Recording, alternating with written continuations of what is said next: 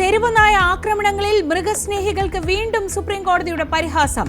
നായയെ നേരിടാൻ പൂച്ചകളെ വളർത്താമെന്ന് കോടതി. തെരുവ് നായകൾക്ക് മൈക്രോചിപ്പ് ഘടിപ്പിക്കണമെന്ന് മൃഗസ്നേഹികൾ കോടതിയിൽ. സത്യവാങ്മൂലം നൽകിയത് 16 സംസ്ഥാനങ്ങൾ മാത്രം.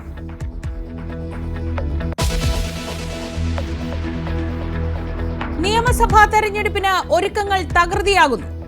പ്രവർത്തന ശൈലിയിലും പൊതുപ്രതികരണങ്ങളിലും മാറ്റം വരുത്താൻ മുഖ്യമന്ത്രി. സാമുദായിക പിന്തുണ ഉറപ്പാക്കാൻ LDF നീക്കം. 110 സീറ്റ് ലക്ഷ്യം വെക്കാൻ മന്ത്രിമാർക്ക് മുഖ്യമന്ത്രിയുടെ നിർദ്ദേശം. സഭയുമായി രഹസ്യ ചർച്ച നടത്തി പ്രതിപക്ഷ നേതാവ്. BJPയിൽ അംഗത്വമെടുത്ത് ഇടത് സഹയാത്രികൻ റെജി ലൂക്കോസ്.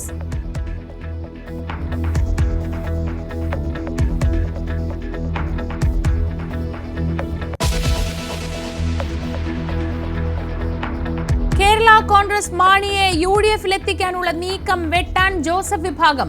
തോൽക്കുമെന്നുറപ്പായവരെ MLAയും മന്ത്രിയുമാക്കാൻ അനുവദിക്കില്ലെന്ന് party coordinator Appu John Joseph. Jose K മാണിയെ സ്വാഗതം ചെയ്യുന്ന ലീഗിന് നഷ്ടപ്പെടാൻ ഒന്നുമില്ലെന്നും ജോസഫ് ഗ്രൂപ്പ്.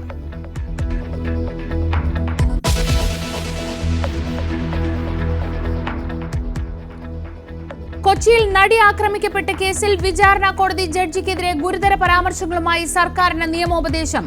മെമ്മറി കാർഡ് ചോർന്ന കേസിൽ സംശയനിഴലിലായതിനാൽ വിധി പറയാൻ അവകാശമില്ലെന്ന് നിയമോപദേശത്തിൽ പരാമർശം.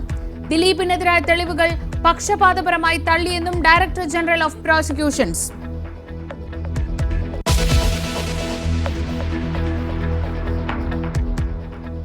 ED ഡെപ്യൂട്ടി ഡയറക്ടർക്ക് നിർബന്ധിത വിരമിക്കൽ. P രാധാകൃഷ്ണനെ സർവീസിൽ നിന്ന് നീക്കി.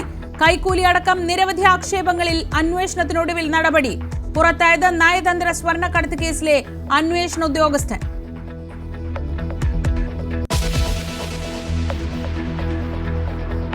ശബരിമല സ്വർണ്ണക്കൊള്ളയിൽ D മണിക്ക് ക്ലീൻ ചിറ്റ്. കേസുമായി മണിക്ക് ബന്ധമില്ലെന്ന് SIT. പ്രതി ചേർക്കാൻ മതിയായ തെളിവുകളില്ലെന്ന് ഹൈക്കോടതിയിൽ നൽകിയ റിപ്പോർട്ട്.